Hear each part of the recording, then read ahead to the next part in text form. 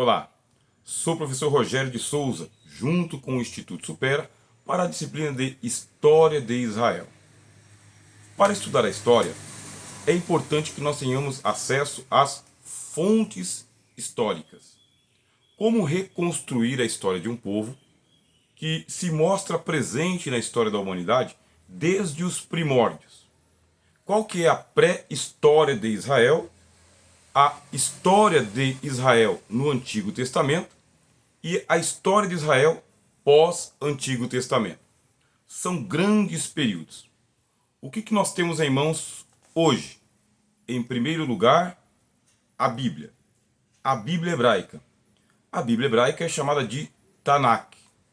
Compreende a Torá, compreende os chamados livros proféticos e também aqueles que nós chamamos de Salmos, os livros poéticos. Dividido em 22 grandes livros. Para nós, a nossa Bíblia do Antigo Testamento tem 39 livros, mas eles contabilizam 22. Esta é a primeira fonte histórica para reconstruirmos a história de Israel. Temos também as fontes extra-bíblicas que pertencem à tradição do povo de Israel. Neste caso, estamos falando de Talmud, estamos falando da Mishnah, estamos falando do Zohar, livros que a comunidade de Israel valoriza como fonte histórica. Aliás, para o povo de Israel, a história do povo de Israel é a história de Deus na história. Eles afirmam, eles creem, eles ensinam que o mundo foi criado por causa de Israel e para Israel. Isso para que Deus, Hashem, por meio de Israel, traga a salvação a todas as nações que eles chamam de goíns, os gentios. Já começa por aí você entendendo que não é tão simples assim recriar a história de Israel. Nós vamos mesclar um pouco aqui as fontes para poder fazer essa reconstrução. Então vamos lá. Pré-história de Israel. Então você tem aqui o período antes de Israel receber a lei no Sinai. Quando que Israel se torna nação? A partir da doação da lei no Sinai. Sem lei, não são uma nação. Eles são povo. Povo de Israel. Por isso, aquilo que aconteceu antes do Sinai, considere pré-história de Israel. Aquilo que acontece a partir do Sinai até o fechamento do cânon do Antigo Testamento, história de Israel. Aí você tem aquela pós-história de Israel, quando começa o Novo Testamento e depois vem a destruição de toda a cidade de Jerusalém pelo Império Romano e a dispersão deles pelo mundo. Na pré-história de Israel, você tem os patriarcas. Começa com o livro do Gênesis. E no livro do Gênesis encontramos ali Adão, Eva, Abel, Sete. Eles trabalham com a genealogia. Você pega o livro dos Levíticos, assim como você pega o livro dos Números também, muito é valorizada a genealogia. É a comprovação de que aquele israelita pertence ao tronco de Abraão, que pertence ao tronco de Noé, que pertence ao tronco de Abel, que pertence ao tronco de Adão. Por isso, dentro da Bíblia, não existe espaço para o evolucionismo. Embora que alguns antropólogos, mesmo chamados de crentes na atualidade, dizem que Deus tem utilizado a evolução das espécies como um mecanismo para a criação da humanidade. A Bíblia não permite essa interpretação. Ela é criacionista. Deus criou o homem à sua imagem e semelhança. O Abraão, que vai aceitar o chamado pela fé, ele é descendente direto de Adão, o primeiro homem que Deus criou. Portanto, a pré-história de Israel começa com Adão. Aí vem a história da queda e começa a história da fé. Abel é morto por Caim. Surge Sete no seu lugar. Aí de Sete vem toda a descendência que dá origem a Noé. Portanto, Noé, ele faz parte da tradição dos israelitas. Inclusive, eles dizem o seguinte, e isso está nos seus livros paralelos. Nos livros que a grande maga da literatura judaica produziu para a humanidade. Nós, que somos da descendência de Abraão, somos salvos por sermos descendentes de Abraão, ter o sangue do Pai nas veias. E os gentios? E os goíns? Estes serão salvos na fé de Noé. Eles chamam isso de noetismo. Você, que é um gentio, assim como eu, nós viemos na fé de Noé. Se tivermos o mesmo comportamento que Noé, a mesma tradição que Noé, nos reportarmos a um único Deus, a quem eles chamam de Hashem, uma tradução seria o Eterno, nós seremos salvos também. Então, os goíns, gentios, são salvos na fé de Noé. E Abraão? Abraão, ele inaugura a fé do povo de Israel. Então, todos aqueles que pertencem antes de Abraão são noéticos. A partir de Abraão começa a história de Israel com o abraamismo. Você tem o noetismo com Noé e o abraamismo com Abraão. Qual que era a religião de Abraão?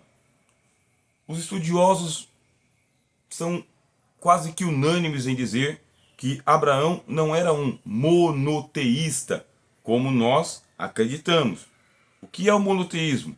É a fé de que há um único Deus e Criador, e não há outro.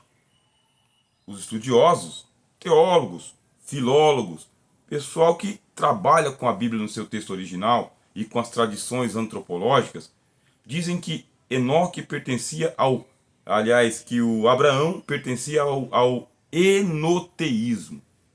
Qual é a diferença entre monoteísmo e enoteísmo? Não confundir de enoteísmo como sendo de Enoque, não é isso. Esse enoteísmo é uma definição teológica que diz que existe um Deus que está acima de todos os deuses. Existem deuses menores, são deuses também, mas não é El Elyon. El Elyon é o Deus Altíssimo, é o Deus de Melquisedeque. Você lembra, pela história bíblica, que Abraão teve um encontro com Melquisedeque. Melquisedeque também era adorador do mesmo Deus que Abraão e o abençoou pelo El Elyon, Deus Altíssimo. Por isso, os estudiosos nos dizem que Abraão ele tinha uma fé enoteísta. Ele acreditava que Elohim, Deus, o Deus de Abraão, El Shaddai, o Todo-Poderoso, Jeová Jiré, o Senhor que provê, é o Deus que está acima de todos os deuses. Ele encontrou o Deus maior que todos, enoteísmo. Mas quando você vai para a piedade da fé dos israelitas, da fé judaica, Abraão não é colocado como um enoteísta, é colocado como um monoteísta, o primeiro crente. A radicalidade da tradição do povo de Israel, dos israelitas, é esta.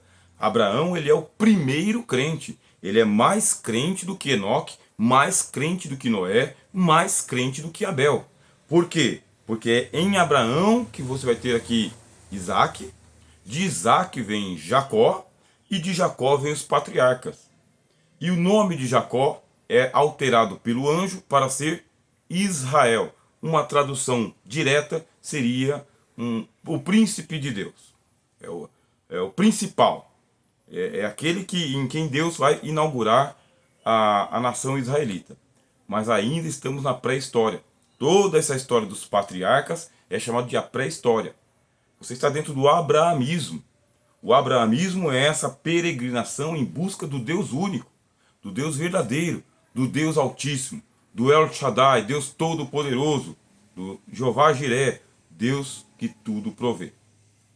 Abraão mantém as suas tendas, mantém a fé, gera Isaac. Em Isaac começa-se ali a família da promessa, porque está escrito, em Isaac será chamada a sua descendência, e de Isaac vem o Jacó e vem o Esaú. Aí você tem a divisão da família de Abraão em troncos. Essa divisão já tinha vindo lá com Ismael. Abraão tinha tido Ismael e agora tem Isaac. Teve uma divisão. Ismael para um lado, Isaac para o outro. Sem contar os filhos da segunda concubina de Abraão. Quando vem Isaac, Isaac tem dois filhos, Jacó e Esaú, se divide de novo. O Esaú leva a linhagem de Abraão para um lado e o Jacó traz para o outro lado.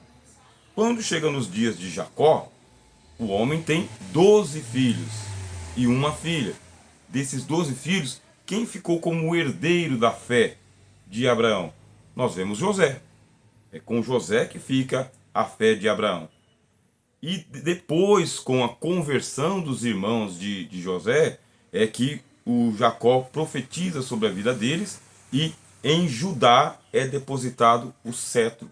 É anunciado o surgimento de uma monarquia futura. Para os críticos textuais, essa história está romanceada.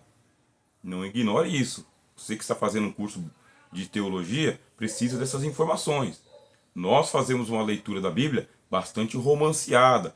Parece que a história aconteceu exatamente do jeito que está escrito ali no texto bíblico. Aceitamos isso por piedade, por fé, mas também porque temos uma mente romântica. Os críticos textuais dizem, não, o que você tem ali é um texto compilado, uma história que foi recriada. Não foi bem assim.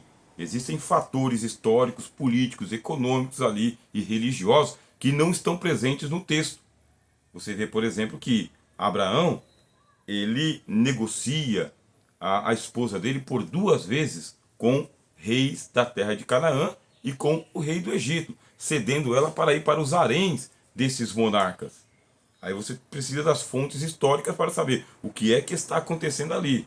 Quando você lê a Bíblia, o que aconteceu simplesmente é de que a esposa foi capturada para este harém e o Abrão, ele foi presenteado como se ele fosse um príncipe do deserto que está sendo presenteado com um dote, porque ele apresentava a sua esposa como sendo a sua irmã. Era uma meia-irmã.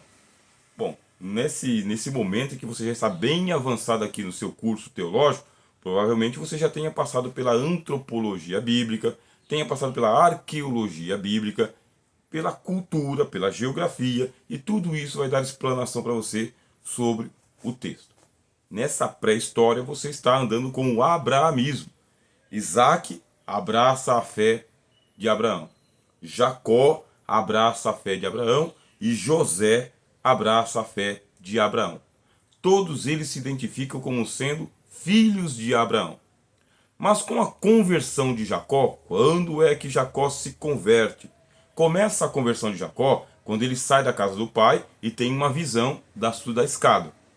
Começa a conversão dele. Quando que essa conversão ela é concluída? No Val de Jaboque. Quando o anjo luta com Jacó, muda o nome dele para Israel, ali é a conversão de Jacó. Já não se chama mais Jacó, mas chama-se Israel, aquele que luta com os homens e com Deus e prevalece. E por isso que todos os filhos de Jacó são chamados de filhos de Israel, israelitas. Israelitas são todos aqueles que são descendentes de Jacó. Isaac, ele era israelita? Não. Abraão era israelita? Também não. E Noé? Muito menos. Quem são os israelitas? Aqueles que são descendentes de Jacó, dos filhos de Jacó. Os filhos de Israel, que ainda não são a nação de Israel, mas se chamam de o povo de Israel. Quando que se vai se tornar nação? Com a doação da lei. E antes, são israelitas e são povo de Israel. O que nós conhecemos pela história bíblica? Que eles são levados por causa de uma fome, são levados para o Egito. Aí você vai para as fontes históricas e descobre que o Egito, naquela ocasião, ele era um império.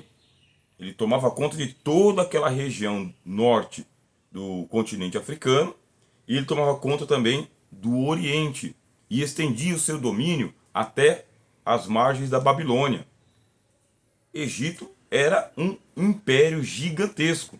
Ele mantinha suas guarnições de soldados e com estas ele fazia a expansão do seu território. E o Egito estava em constante guerra, não somente com as nações do lado de fora, como guerras internas também. Por isso você tem o Egito, o Baixo Egito e o Alto Egito. Mas aí você vai precisar estudar um pouquinho mais da história mundial. Fato. uma fome avassalou aquela região, muito comum naqueles tempos de estiagem, e o Jacó desce com o seu rebanho para uma região que fica no Egito. Mas é só você lembrar disso. O Egito era o império, então a extensão do território egípcio era vasto. Qualquer lugar ali poderia ser dito o seguinte: desceu para o Egito. A Bíblia diz que eles ficaram em Goshen. E ali eles conseguiram cultivar tanto a terra como cuidar do seu gado, porque os israelitas eles eram pastoris. Qual que era a fonte de renda das tribos de Israel? Formaram tribos, porque cada filho de Jacó teve os seus filhos, suas concubinas, montaram as suas tendas. Você tem, pela Septuaginta, a contagem de 75 almas que desceram para o Egito. Quer dizer que é uma multidão. Desceram para o Egito, foram em direção ao Egito. E ali, chegando, qual que era a economia deles? Era pecuária. Eles eram criadores de gado. E isso não condizia com a cultura dos egípcios, porque os egípcios eles tinham uma fonte de cultura que era a agronomia. Eles eram voltados para a agronomia e o povo de Israel era voltado para a pecuária. Aqui, eu vou trazer uma curiosidade para você. Você lembra que Caim, ele era agrônomo também? Lembra que Abel, ele era pecuarista? E que Deus aceitou a pecuária de Abel e rejeitou a agronomia de Caim? Outra curiosidade para você. Quando Adão caiu no Éden, ele foi e pegou folhas de figueira, a agronomia, e Deus sacrificou um cordeiro, pecuária. É no rastro de sangue que vai vir a redenção. Isso aqui é uma curiosidade para você, que vai trazer a teologia da expiação. A expiação se faz pelo sangue. E esse rastro de sangue tem que sair do cordeiro que foi morto desde a fundação do mundo, lá no Éden, até a cruz de nosso Senhor Jesus. Siga o rastro de sangue. Você que já passou por homilética vai gostar de fazer aí esse esboço e essa pesquisa. Aqui você tem o povo de Israel, pecuarista, que é colocado numa região, enquanto que os egípcios agrônomos ficam em outra região. A profecia disse para Abraão que o povo dele deveria ser peregrino e estrangeiro em terra estranha por um período de 400 anos. E vem uma nota teológica. Por quê? Se eu já saí de Babilônia, de Ur dos Caldeus, e eu já passei a minha vida em peregrinação aqui em Canaã, o certo não é o meu povo crescer aqui em Canaã e tomar conta dessa terra? Aí vem uma explicação teológica. Deus diz, é porque a medida dos amorreus ainda não está completa. Isso é uma nota teológica. Deus vai dar a ocupação da terra para o povo de Israel quando a medida da iniquidade dos amorreus, os cananeus, estiver completa. E isso ainda demoraria por um período, se de Abraão até Moisés, demoraria um período de quase 600 anos. Uma temporada, porque vem Abraão, vem Isaac, vem Jacó, e aí começa a história do povo de Israel no Egito. 400 anos, de acordo com a profecia que Abraão recebeu, 430 anos, de acordo com os livros históricos. Ao longo desses 430 anos, aconteceu algo extraordinário. Se colocar na régua aritmética, os dados são assustadores. Por quê? Diz a Torá que o exército de Israel, por ocasião do êxodo, contava 600 mil homens a pé. Isto é, homens de guerra. Contando a partir dos seus 25 anos de idade. Então, dos 25 até os 45, 50 anos, que é o tempo de ficar no exército, um exército de 600 mil homens, excluindo-se mulheres e crianças. E velhos, com toda certeza. Por isso, os estudiosos fazem uma contabilidade de que o povo de Israel tinha chegado a uma hiperpopulação de mais de 2 milhões de pessoas vivendo ali no Egito. Isso incomodaria qualquer soberano, você ter uma nação de escravos e escravos robustos. Afinal de contas, trabalhavam para construir os prédios do Egito. No mínimo, tem que ter força de braço, tem que ter força de espírito. Ainda mais que o povo de Israel era alimentado por sua fé, por sua religião, por sua tradição.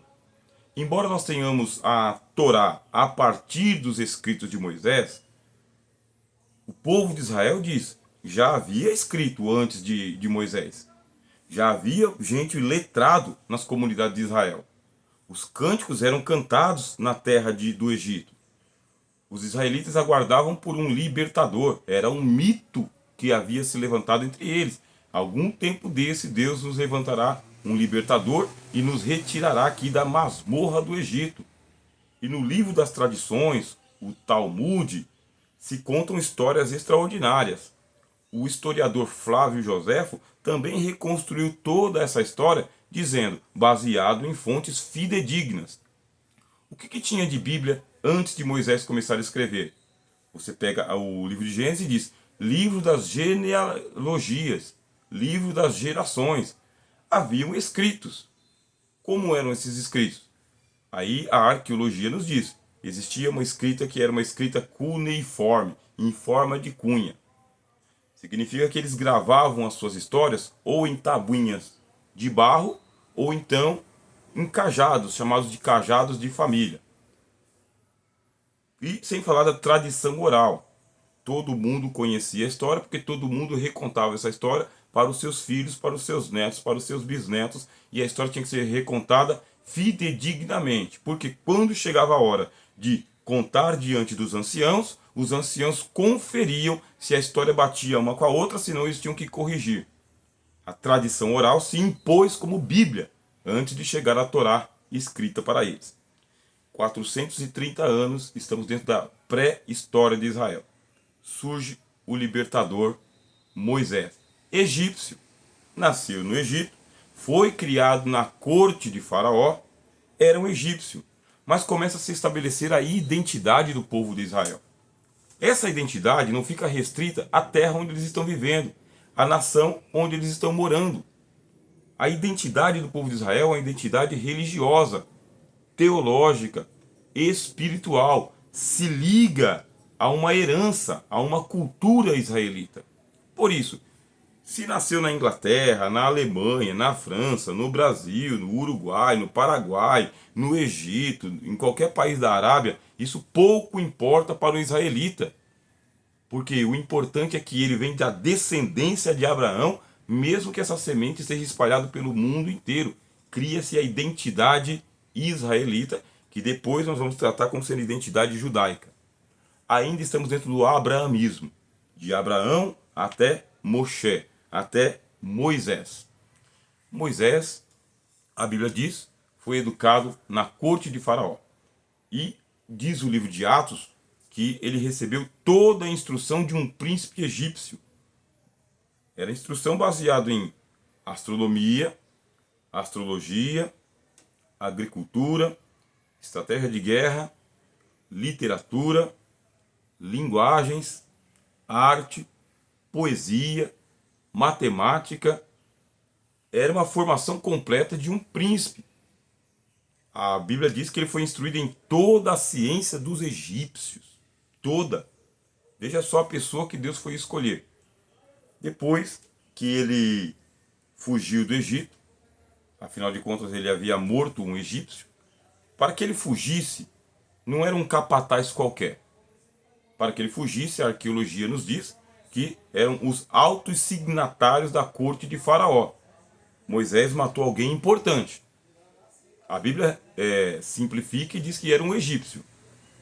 A arqueologia diz que era um alto oficial, era alguém ligado diretamente ao trono de Faraó. Isso fez com que Moisés temesse e fugisse do Egito. Foi em êxodo, foi em exílio.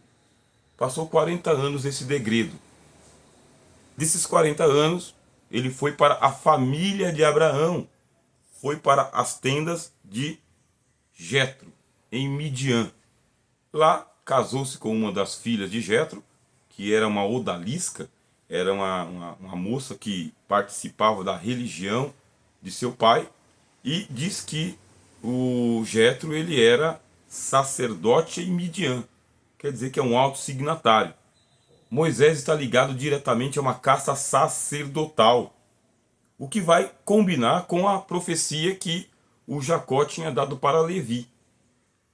Moisés é da tribo de Levi, está ligado com o seu descendente, com o seu ancestral, Abraão, nas tendas de Jetro, casa-se com uma das odaliscas, uma das filhas de Jetro, e vai desenvolvendo o seu sacerdócio. E torna-se também pastor. Ele é um pastor do deserto. Mais uma vez, o que faz Deus? Vai atrás de um pastor, chama ele através daquele ato miraculoso que é a sarça ardente, e é o anjo do Senhor. É assim que a Bíblia o chama. Os mais apaixonados por teologia dizem que o anjo do Senhor é Jesus pré-encarnado. Não é a linha que nós seguimos. Nós entendemos que Deus, criador de todas as castas de anjos, ele designa alguns desses para serem seu porta-voz direto, e este aí recebe o título de o anjo do Senhor. Cristo desceu a nós somente quando encarnou em Maria, no útero de Maria. Antes da sua encarnação, a sua pré-encarnação, a manifestação de Jesus era um mistério. Acontecem cristofanias, mas essas cristofanias não é a própria pessoa de Jesus. São manifestações de Cristo no Antigo Testamento através de tipos e de sombras. São enigmas, mas não é a própria pessoa de Jesus. Jesus aparece em um Novo Testamento. No Velho Testamento, o anjo do Senhor veio até Moisés, o comissionou, o fortaleceu, o enviou ao Egito. E aí veio uma bordoada, um período de praticamente aí que coincide com um ano de batalha entre o anjo do Senhor e as potestades do Egito. As 10 pragas, que são 10 flagelos que caem sobre o trono de Faraó especificamente e sobre os seus súditos, força Faraó a libertar o povo de Israel. Forçou mesmo, como está escrito, mão forte, mão de ferro, asas de águia. Do contrário, as potestades não seriam humilhadas. O Egito ficou totalmente devastado. Josué organizou os exércitos por falanges, de acordo com as suas tribos. Cada tribo já tinha sua bandeira, já tinha sua tradição, já tinha os seus príncipes. Levantaram os estandartes. Um exército de 600 mil homens. Com o exército deles, era possível solapar a nação do Egito com facilidade. Não haviam tantos homens assim na antiguidade para irem para o exército.